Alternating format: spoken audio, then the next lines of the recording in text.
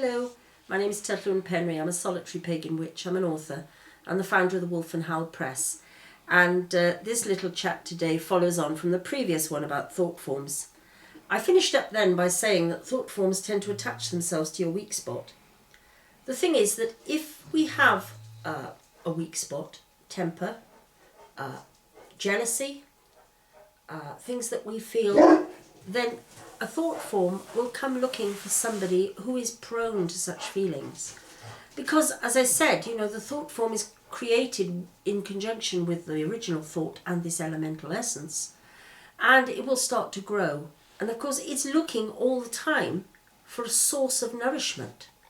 It's not going to have a source of nourishment if all we're doing is sending out happy thoughts. It's going to have its source of nourishment on people who are thinking of things that are unpleasant, that are related, not necessarily in the actual thought, but they're related in the sentiment. So, Fred may be motivated in the original thought form. He created it through being insanely jealous of someone who's got a better job than he has. Fine. The thought form will be fed as well by someone like Albert, who is insanely jealous of his wife. Now, the jealousy is there, it's the same sentiment, but the actual event is different. And the thought form will just go on and on and on, and it will feed, and maybe it will eventually reach a point where it's not doing any good and it can't find anything else in the area, and it will just eventually shrink back down again, which is fine. It doesn't give us any problems, but of course, thought forms can give us a lot of problems in the hands of someone who is skilled, and these people are very few and far between. I've got Homer down here. Can you see him? No? Oh, Homer, I'd really like people to be able to see you. Hang on a minute. Oh, we're moving the camera. There he is. There's my Homer.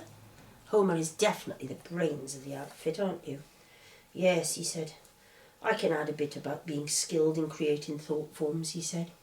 Yes, I know you can, Homer. A very clever boy. Right. Well, to continue. Sorry about my voice. I'm very, very croaky today.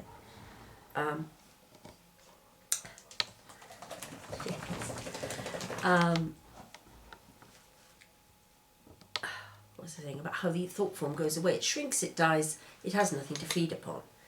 But of course, in today's social media, what you have to remember is that things that might have just bounced around between 2 or 3 people, nowadays they get picked up by hundreds, even thousands of people. They will retweet things, they will share things on Facebook, they will do what have you. And of course, these things are getting a much bigger audience than they ever had. And the elemental essence doesn't need to be in the real world to feed on it. It can feed on stuff on the internet, and it does. And this is why a lot of stuff gets so nasty on the internet. I mean, I sometimes see people I think of as friends, and they're really set too. And I think it's awful because what they're creating in terms of a thought form is horrendous.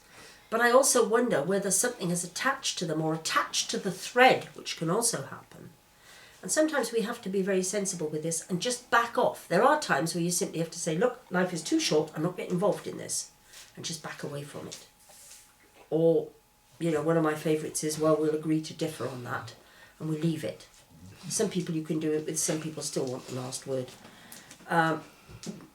So that is one particular problem, and why they are so bad and why they are so dangerous. And it is really only someone like a witch who is aware of these things who can actually try to deal with them and shut them down before they go off and do a lot of damage, because they do. They get into it, and before you know it, people who've been friends for years are falling out. When people say, oh, Facebook's a terrible thing, causes this, that, and the rest of it. Well, no, it doesn't. It's people that cause it. Not social media. It's people.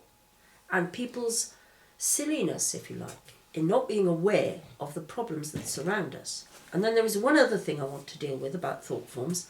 Thought forms very occasionally sort of half hibernate.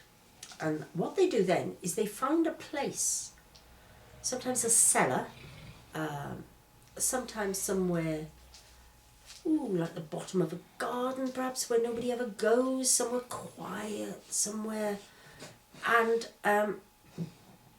they lurk.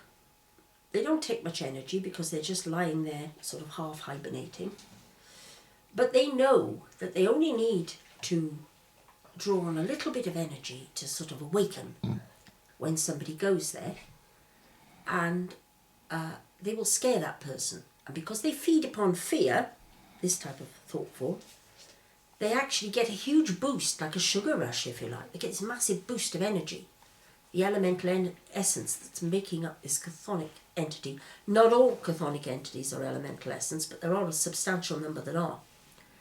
So you sometimes find it like in a cellar where people say, oh God, I don't like going down that cellar because, oh, I've had terrible experience, I've been frightened, I felt something brush against my leg, it goes really cold down there. Now all this is part of the energy that entity down in the cellar is feeding on. And every time someone goes down there, it awakens, it'll just get enough energy to, breathe or go, ha, like that. And then, you're frightened, run back up the stairs, and it's sitting down there chuckling because it's fed on the fear. So that's another one that you have to watch. And sometimes you get it left behind as a kind of residual energy. That's another one. Thought forms will sometimes marches, rallies, large groups, football matches even. They will sometimes go and feed on that, and a lot of them are not a problem.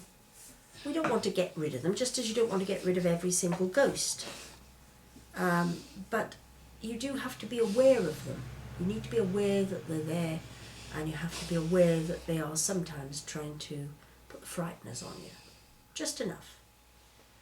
And, we're all frightened at different times. I've actually, when I said about somebody going, ha, in your ear, I've actually had it happen. And, it was nearly a straight run out the toilet, honestly. But I'm only human. That does happen. Didn't happen again. And it's not going to. Because once you're aware of it, once you're aware of what it is and why it happens, then you can deal with it, which is by not giving it the rise that it wants. And if you stop feeding it, like people say, don't feed the troll, same thing, don't feed the thought form. Let it go. And hopefully it will just wander off and shrink. So there we are. That's a few thoughts on it. And thank you very much for listening. Goodbye.